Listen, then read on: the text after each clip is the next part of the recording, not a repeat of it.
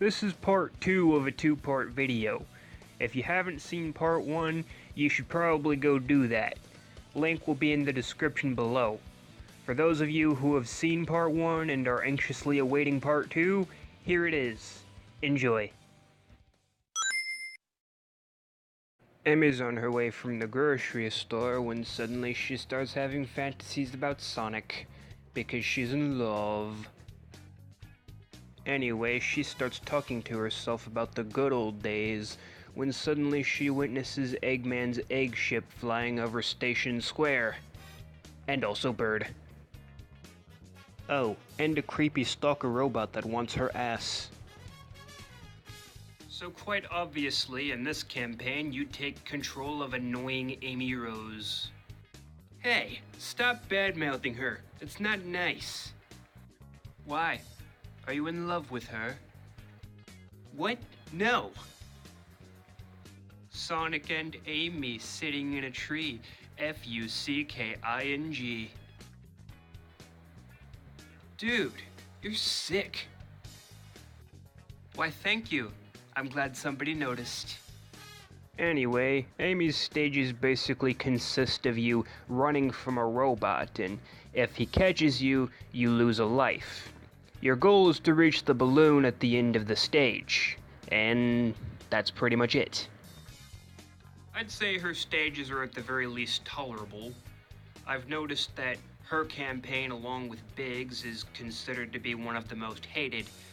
I don't really get that too much. I mean, running from the robot, it can get pretty annoying, but, you know, as long as you're patient and you stick it out, I mean, it's not too bad. And it's pretty satisfying when you finally manage to get away from that annoying asshole, so I don't think it's too bad overall.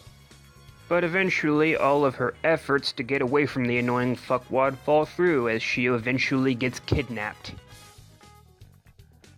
Why? Because damsel in distress, that's why.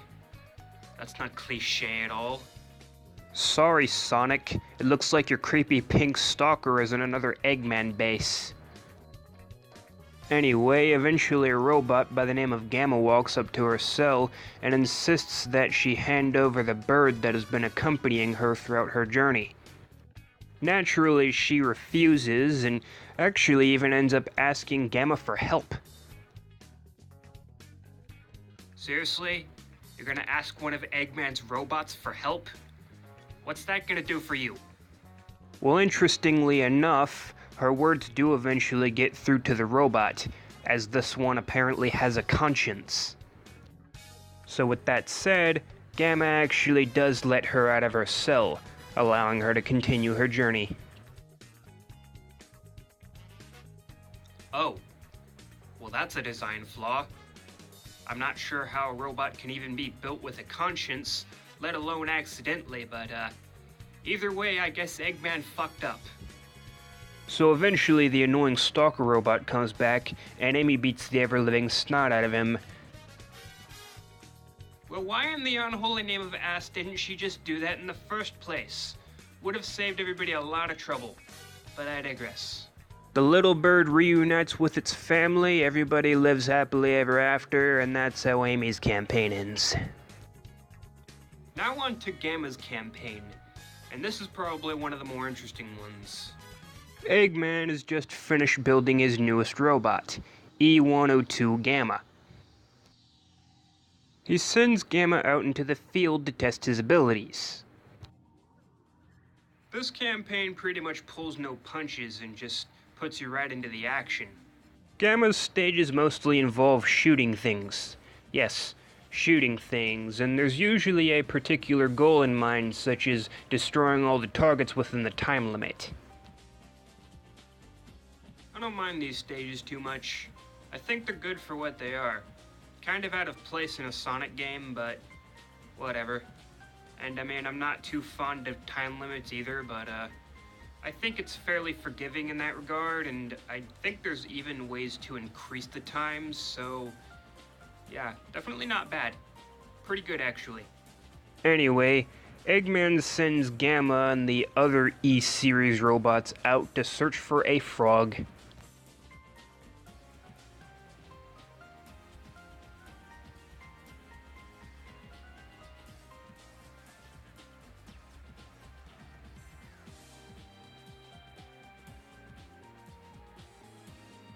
But not just any frog.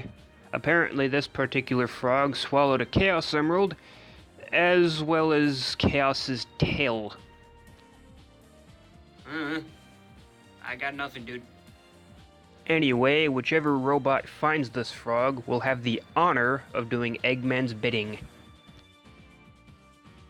Of course, Gamma is the one that finds this frog, while all the others ended up finding the wrong one, and Gamma's the one that gets to stay alive while all the others are thrown on the scrap heap.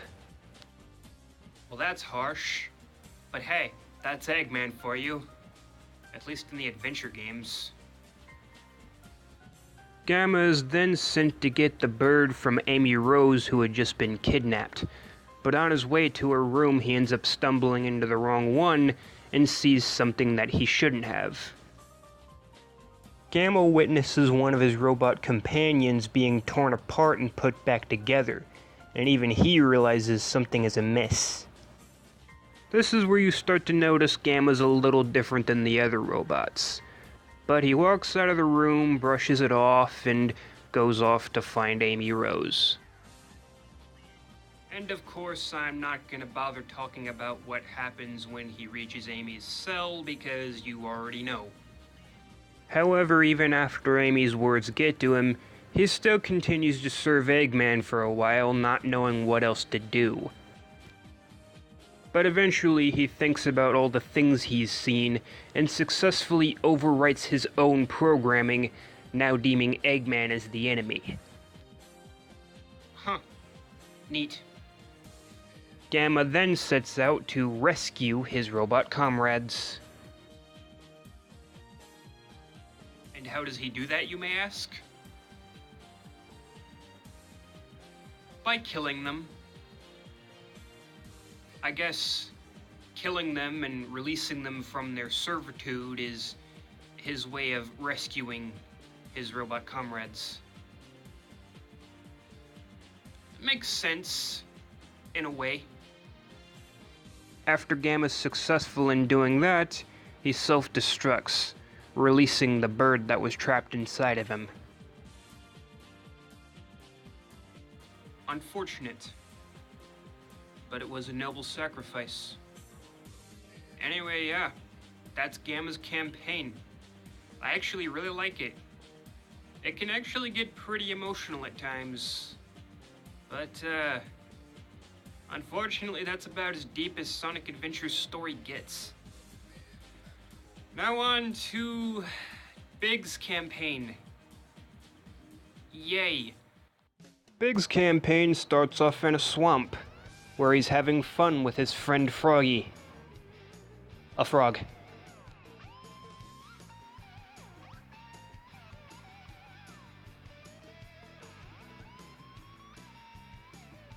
And his stages suck. Not only are they boring as fuck, but they're glitchy as fuck too. Fuck. It's not even the fishing that I don't like. I actually enjoy the fishing in Twilight Princess, believe it or not. It's just, you know, it's only good if it's done right, and it's not done right here. Because, I don't know, the stages are just barely functional. They don't work. It's glitchy and malfunctional, and it just doesn't work. And they're boring. So, yeah. Lovely. And his story sucks balls too. Big's campaign can be best summed up as this.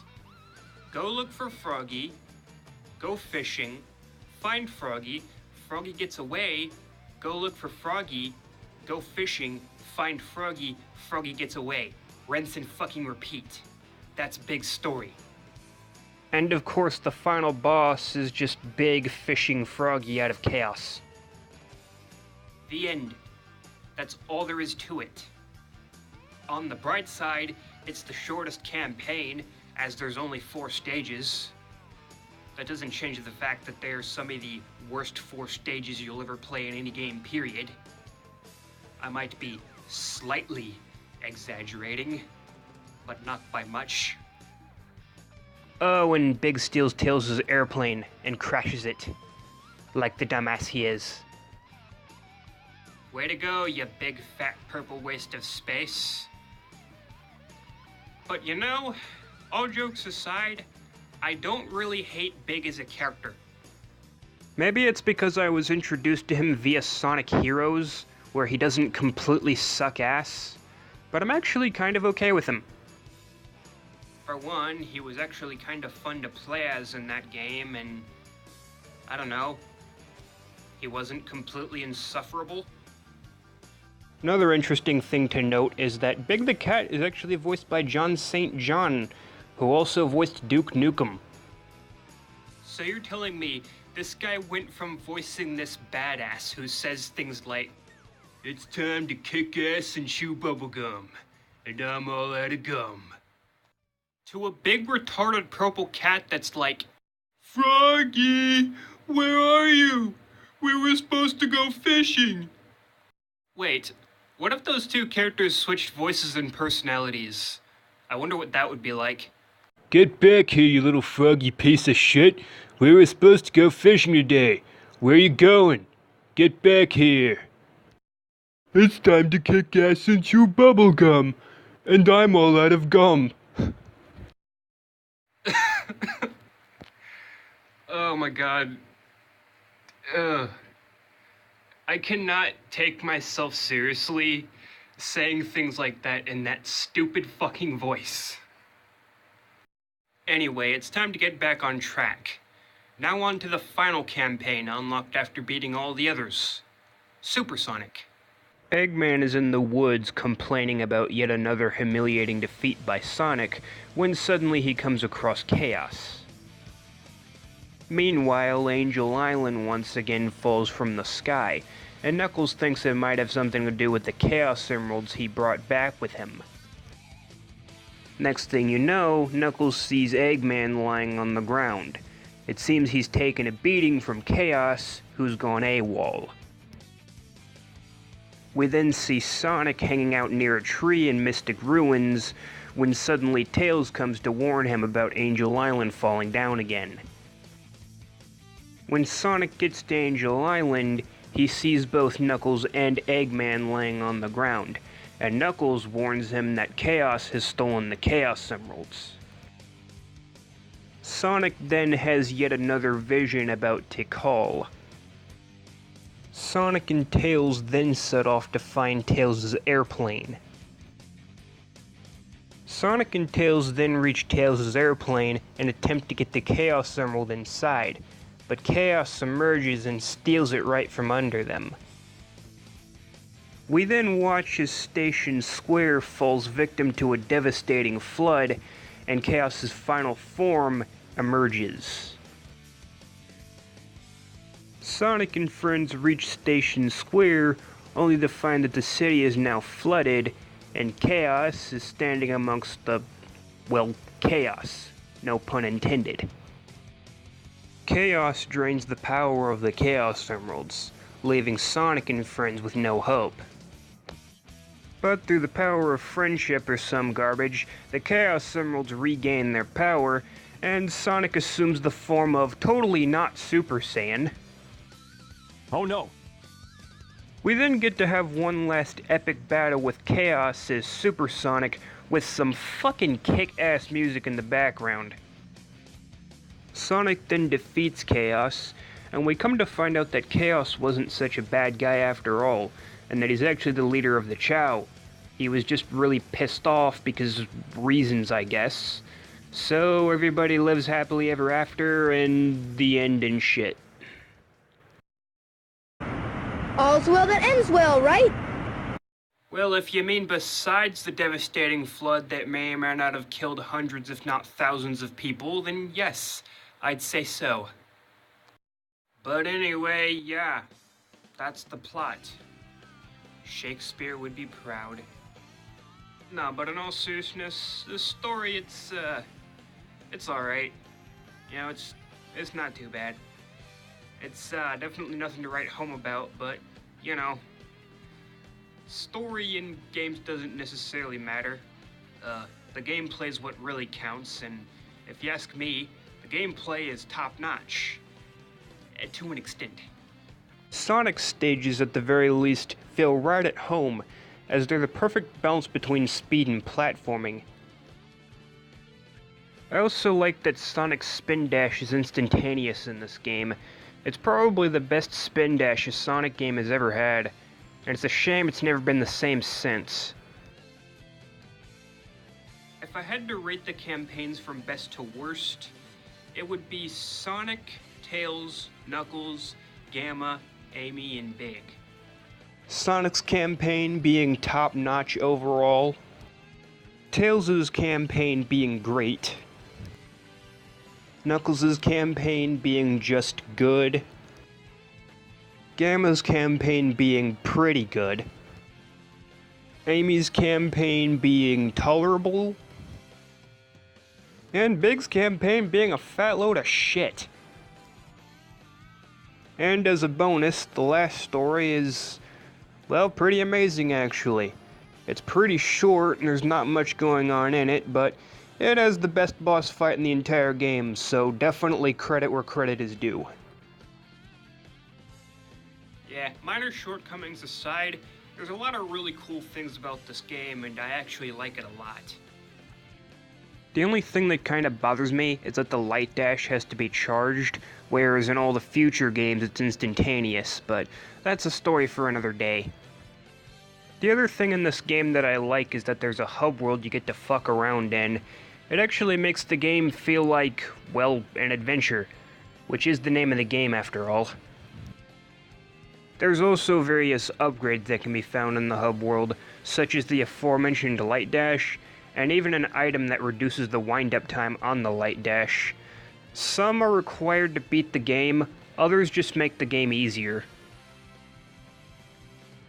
One other example would be Tails' air shoes, which allow him to fly faster. Now on to some of my personal experiences with the game. I can't say much about the Dreamcast version because I never played it, but as far as the GameCube version goes, it is a bit glitchy, and I encountered at least two in particular that I can remember. For one, whenever you reach the bridge in Emerald Coast, sometimes you might just randomly fall through the bridge and die. So that's a thing. And one I encountered when I was playing as Tails in Station Square is I was carrying an egg around and I accidentally ran into a wall and fell through the floor and died. So yeah, and as far as the PS3 version goes, I've encountered a few graphical errors and sometimes, like, at least as far as the GameCube version goes, like, there's transitions and stages, you know, like transitioning from one part of a stage to another. There's like multiple sections, and I'm pretty sure the GameCube version just, it's like a smooth transition, you know? But in the PS3 version, it kind of black screens for a little while, and then loads the next section. I don't know why that's an issue. I don't know if, like, it's strictly the PS3 version that does that, but there's a bit of a delay, and I think I also noticed some slowdown at parts as well, so that is a bit of a problem.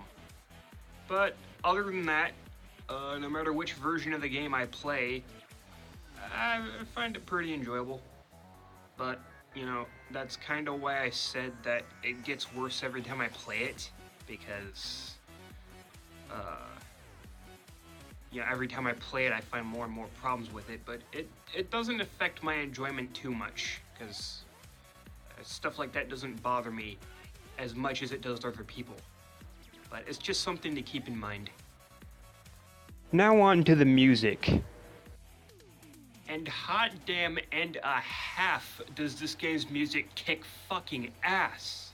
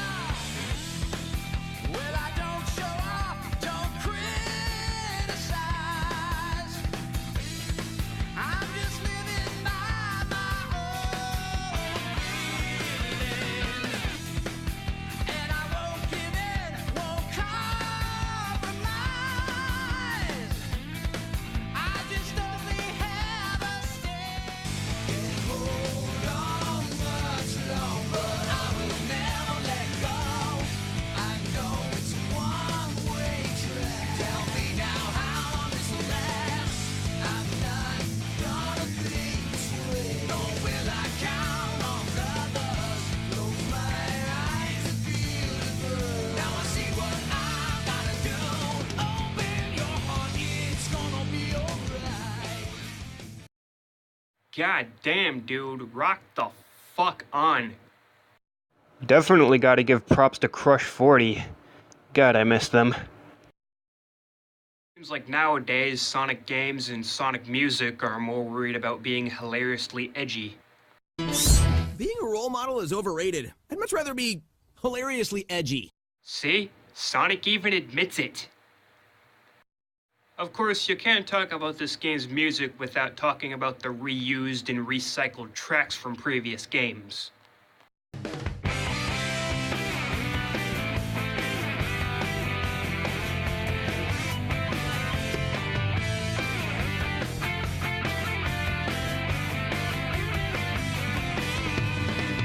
When I'm alone in my chair, I just go about wishing.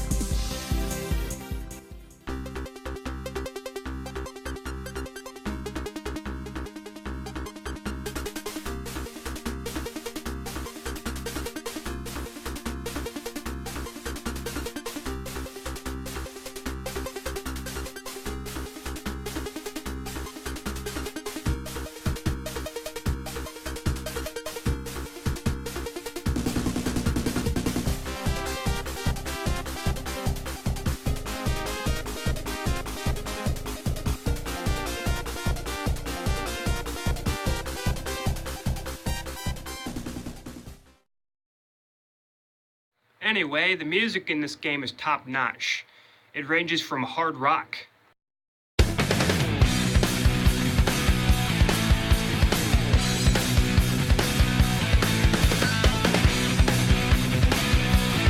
to R&B hip-hop Here I come, rougher than the rest of them, the best of them, tougher than leather. You can call me Knuckles. Unlike Sonic, I don't chuckle. I'd rather flex my muscles. I'm hard to just flat-out guilty pleasure levels of cheesy. Fire, fire. Fire, fire. Fire. So yeah, gameplay-wise, I'd say this game gets an 8. Story-wise, I guess I'd give it a 6.5. And music-wise, well, it gets a 9 out of 10. So all in all, I guess it gets an 8.5. Tune in next time, because I will be talking about Sonic Adventure 2. Not without me, you're not. And who might you be exactly? I'm Shadow, Shadow the Hedgehog. At least, I think I am. You think you are. Shadow the Hedgehog. Why does that name haunt me? It's the only thing I can remember. And that gruesome image.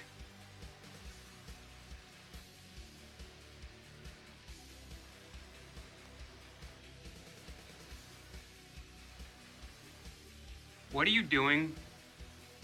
I'm flashbacking. You know we can't see your memories, right? You can't? Oh. Damn. What the hell is wrong with you? What's wrong with me? What's wrong with you? Nothing. I'm not the one being weird. Oh, and one other question. And what's that? Where's that damn fourth Chaos Emerald? I don't know. Maybe Eggman took it. You mean the doctor? Where is he? Damn, he got away. Damn. Damn. Damn.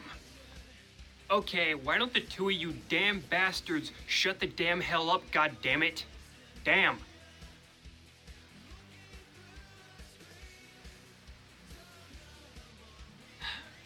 That's better. Anyway, I'll see you people later with my next review. Assuming I survive having these two freaks around for the next God knows how long. Wish me luck.